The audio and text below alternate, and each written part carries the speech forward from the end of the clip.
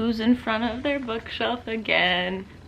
Ding! Hello everyone, welcome to a funky fresh video. My name is Allie, I'm 27 years old. I moved to Belgium when I was 21 to marry my now husband. I'm currently a student in philosophy, and this year I've read 103 books. And so in this video we're gonna go over the top 10 books from that 103 books, the ones that made it to my favorite shelf, and why. Coming up at number 10 we have The Sound of a Wild Snail Eating by Elizabeth Tova Bailey. This is a nonfiction about Elizabeth falling chronically ill and befriending a snail, which is extremely relatable content to me. I love when books hone in on a very small, simple thing that reminds us that all these silly stresses that we have for ourselves are very made up, and art is a lie, nothing is real, snails are cute, and the sounds they make when they're eating mushrooms is also cute. You know, just a friendly reminder to take a deep breath and appreciate what's around you, such as snails. Perhaps you don't like snails, perhaps you don't have a tattoo of a snail on you like I do. That's fine. I'd like to think that anybody could enjoy this book. It's very simple. The parallels she draws between this tiny gastropod and the pod that is her life when not being able to explore the great beyond and being confined to your bed was just so beautifully done in my opinion, and so that is why this book is now sitting on my favorite shelf. Coming in at number 9 we have My Dark Vanessa by Kate Elizabeth Russell. And not that I probably need to remind you to check the trigger warnings of anything you read before reading it, but especially check it with this one. This is about our protagonist who gets into a relationship with her teacher when she's 14-15 years old, and then him being called out for fraternizing with students about 15 years later, and the complex conflict between not accepting that what you experienced is abuse until much later down the line, which is all too common, and how much it affects very little things in your life in ways that you wouldn't expect. It very painfully portrays the guilt that one feels for not being able to speak up, while also making it very obvious how it's not that easy to just speak up. I don't know, the very dynamic experience that is trauma, I feel, was shockingly accurately illustrated. I read somewhere that Kate Elizabeth Russell spent 15 or 20 years writing this book, talking to various people about their experiences, and I think it really shows. Had to do a lot of journaling after reading this one,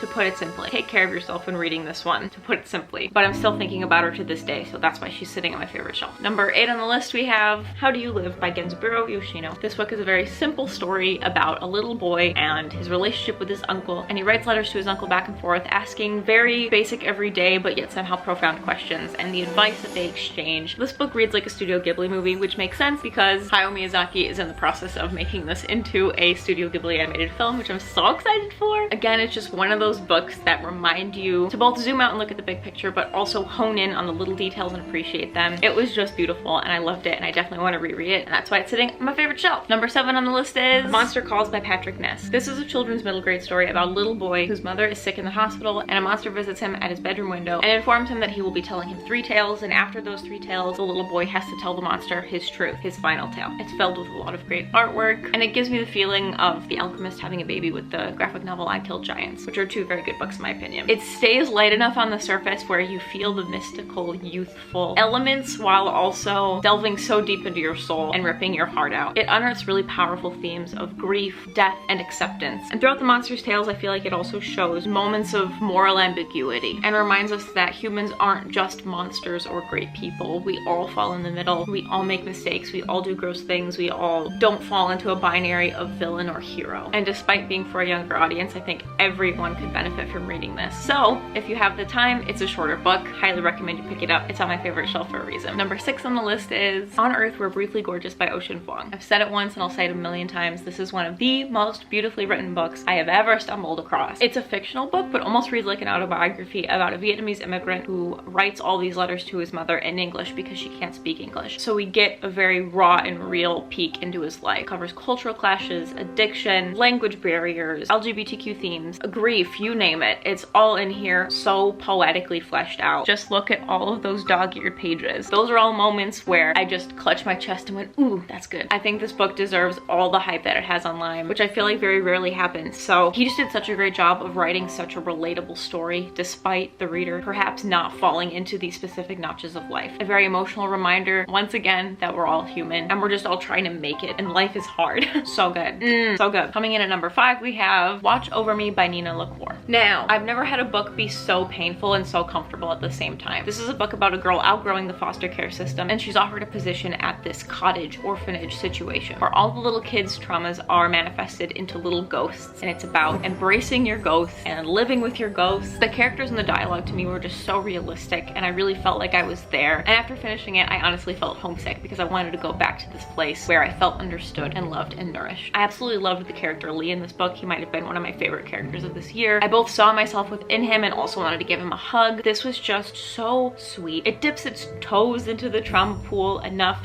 to introduce you to the notion that our toughest battles stick around with us and shape our lives while not feeling too heavy, like My Dark Vanessa, for example. So if you're looking for a magical but realistic book on making a life for yourself after things didn't work out the way you hoped, Watch Over Me might be the book for you. I loved it so much. Number 4 on the list is I Who Have Never Known Men by Jacqueline Hartman. This book is written by a Belgian author and she wrote it during World War II. After learning that context, I could definitely see the inspiration and the themes within its pages, but it's definitely not an in-your-face World War II book, if you know what I mean. It's no Boy in the Striped Pajamas. This is a very short and easy read about a cluster of women who have been kidnapped and they don't remember their lives prior to being kidnapped. Their captors don't speak to them. It was such a gorgeous yet grimy illustration of how women or people make the best of any situation that may get thrown at them. Despite the women in this book not having any autonomy over their lives whatsoever, they still found ways to have a feeling of power and a sense of self. They formed routines and discovered ways to add some spice in their life despite being held captive in a cage underground. Technically a dystopic sci-fi book, but doesn't have the same complicated narratives or classic characterizations that some sci-fi books hold. It was very familiar to the book The Giver by Lois Lowry, where our characters are thrown into a dystopic situation and somehow make it a utopia. Personally, I loved the ambiguity within these pages. I loved that there were so many questions left unanswered. It felt right. And also, it was a page turner without having a lot of action. You just wanted to know what happened next, which, given the circumstances of this book, it reminded me to have that same eagerness for my own life, despite its own mundanities and flaws. It raises a lot of great existential questions about why we live and the meaning that we apply to said life. It's not very plot heavy. It just gets you thinking and leaves the reader to view the cage as whatever they needed that moment. Another book that is still taking up real estate in my brain, despite reading it a while ago. Definitely worth a reread. My friend Kirsty and I are gonna get matching tattoos from this book. That's how good it was. Give it a read if you want, and if you don't mind ambiguous endings. All right, we're down to the last 3. Up next is The Anthropocene Reviewed by John Green. Now, I've been a nerd fighter since I was in 7th grade. I've been watching the Vlogbrothers since I was 12 years old. When I was a teenager, I read most of John Green's young adult fiction, but this is where he shines. John Green has such a way with words, and despite being somebody who struggles with anthologies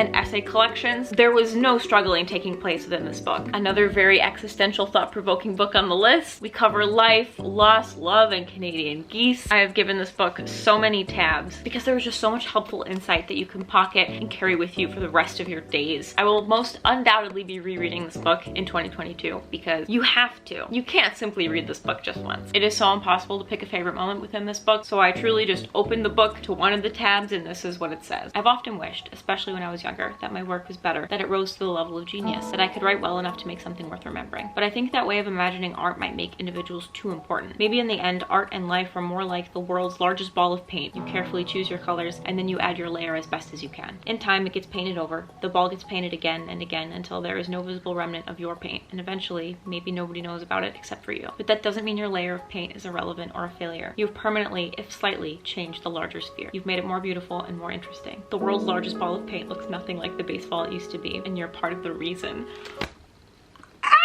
Oh, I hold this book so dear to my heart. And also I thank it for reintroducing me to this community that I sort of fell out of over the years, and now I'm right back into it and it feels good. I like to think that the reason I make videos is to remind everybody to celebrate their own mundanity. That the bad news is there's no point to anything, but the good news is there's no point to anything. And I feel like this encapsulates that energy really well and made me feel understood. And I hope it makes you feel understood if you read it, because you should, because it's on my favorite shelf. The final 2 are tied for first place. They are too much like comparing apples to oranges. One is a non-fiction autobiography, another is magical realism about friendship. You probably already know what they are. The first is Crying in H Mart by Michelle Zauner. Earlier this year, I said, I've never cried over a book yet, and I read A Little Life. I don't think books can make me cry. What books have made you cry? I'd like to cry. And then I picked up this book and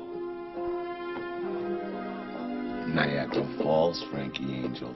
This is an autobiography written by the singer of the band Japanese Breakfast, and her life with her mother and how much that life changed once she got diagnosed and died from cancer. First line of the book is, ever since my mom died, I cry in H Mart, which, such a strong first line. It was so eloquently and beautifully written. There was so much food imagery within here that never left me bored. Nothing was excessive, nothing dragged out too long. It was such a painful reminder to appreciate who I have in my life, and really encapsulated the important but little things that we use and have to connect to other people. It was just so honest and so heartbreaking. I avoided it for a while because I thought that it would be too hard, being that I haven't hugged my own mom in coming up on 3 years thanks to the current pandemic, but it felt like a bucket of emotions that I needed to face, and I'm really glad that I did. It leaves you thinking, it leaves you hurting, it leaves you wanting to eat kimchi. It's so good. It's the only book to make me cry, albeit ugly sob. If you've been thinking about reading this one, put it off no longer. Pick her up, cry with me. And coming up at number 1, is anyone doubting what it is? I literally have a tattoo of the cover on my body. It is Only Castle in the Mirror by Mizuki Sujimura, of course. Who's surprised? This is a book about a little girl who doesn't like going to school, and one day she finds that her mirror is sparkling and glowing and becomes a door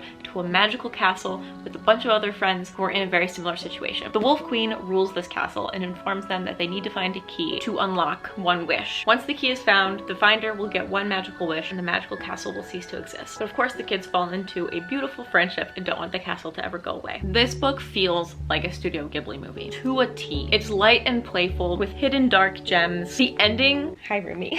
The ending had so many twists and turns, which I was not expecting. After marinating within the magical confines of this castle and these friendships, the characters were layered, the friendship was deep, and at the end so much unfolded, and it left me so emotional and so excited, and magic is real and it lives in these pages. It's really hard to organize my thoughts for this one because it was just so good to me. And after I posted my reading blog for this book, so many people reached out and said that they picked it up and also loved it. Rumi, I'm trying to discuss magic. So happy to marinate in the magic together. I cannot wait to reread this because the second I closed it, I missed it. Ooh, it's just so good and it's so cute. Look at it.